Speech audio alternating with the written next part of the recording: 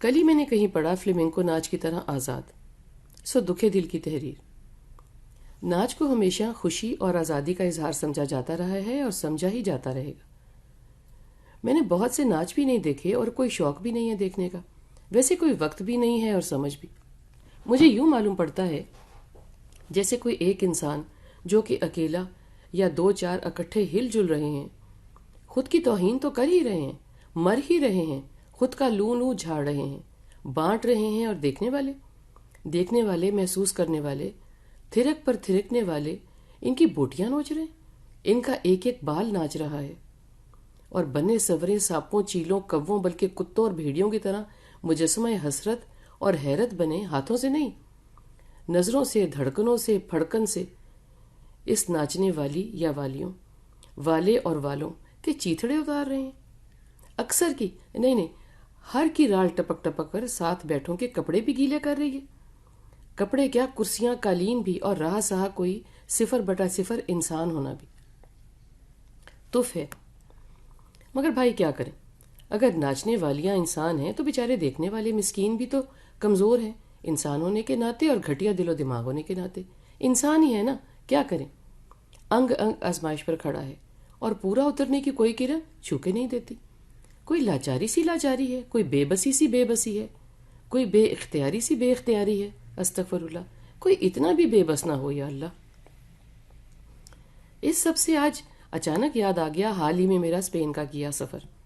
میرا کوئی پہلا سفر نہیں تھا، اور ہر مرتبہ بہت کچھ ایسے دل کو نہیں چبھتا تھا جیسے اب کے چبھا۔ کیا کھنڈر کے کھنڈر اور کھنڈر، اور جیسے ہمارا بھنگڑا جھومر مشہور ہے، ایسے ہی ہر علاقے کا کوئی نہ کوئی رقص مشہور ہوتا ہے، یا یوں کہہ لے کوئی نہ کوئی رقص ہوتا ہے۔ سیول اسپین کا شہر ہے، یہ ہمارا آخری اسٹیشن تھا، اور وہاں آخری رات الوداعی کھانا تھا بما ناچ کے۔ وہاں کا علاقائی ناچ فلیمنکو ناچ ہے۔ میرا تو ذرا دل نہیں تھا جانے کو، مگر چونکہ سارا گروپ جا رہا تھا تو ساتھ دینا پڑا۔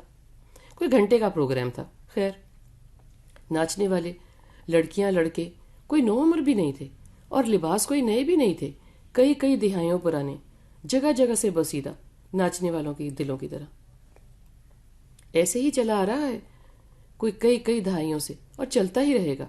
ٹکٹ بھی بھاری ہوتا ہے، اور ہوتی ہے انتہا کی خاموشی، اور نئے دیکھنے والوں کے لیے تجسس۔ اب کہ میری کرسی سٹیج کے بہت قریب تھی، دل پہلے ہی خراب تھا۔ صبح سیر کے دوران ایک حسین نابینا نوجوان کو دل موہ لینے والا وائلن بجاتے سنا، قدم تھم سے گئے، اور اب یہ ایک سی ہی مجبوری ہے، وہ بھی دیکھ نہیں سکتا تھا، مگر اس کے دل کی آنکھ نمایاں تھی، اس کا حسین چہرہ مسکراتا رہتا تھا۔ ایک معصوم بچی بھی ماں کا ہاتھ چھڑا کر اس کے قریب جا کھڑی ہوئی۔ ویسے اسے کچھ بھی سنا دیں وہ بجا لیتا ہے، سبحان اللہ۔ خیر، ناچ شروع ہوا، اور ادھر میرے آنسو۔ ان ناچنے والوں کے چہروں پر بلا کا کرب تھا۔ دور سے شاید چہرے حسین اور مسکراتے لگتے ہوں، قریب سے تو بہت بھیانک لگ رہے تھے۔ بہت بھاری اور گھیر والے کپڑوں کے لڑکیوں کے کپڑے جو ہر مرتبہ گھومتے مہارت سے اٹھائے جاتے اور دوسری جانب پھینک دیے جاتے۔ ایک جوڑا یا دونوں جوڑے اس زور سے ایڑی مار مار کر ناچتے کہ سٹیج دہل دہل جاتا۔ ایڑیوں کی ٹھک ٹھک میرے روئیں آج بھی کھڑے کر رہی ہے۔ ویسے کمال ہے، باہر جو ہم نکلے میرا منہ تو اترا ہوا ہی تھا۔ میں نے تو محسوس کیا کہ سب کے چہرے ہی اترے ہوئے تھے، ہم کچھ نہ بولے، سارے کے سارے، اور ویسے ہی منہ لٹکائے ہم ہوٹل کی طرف چل دیے۔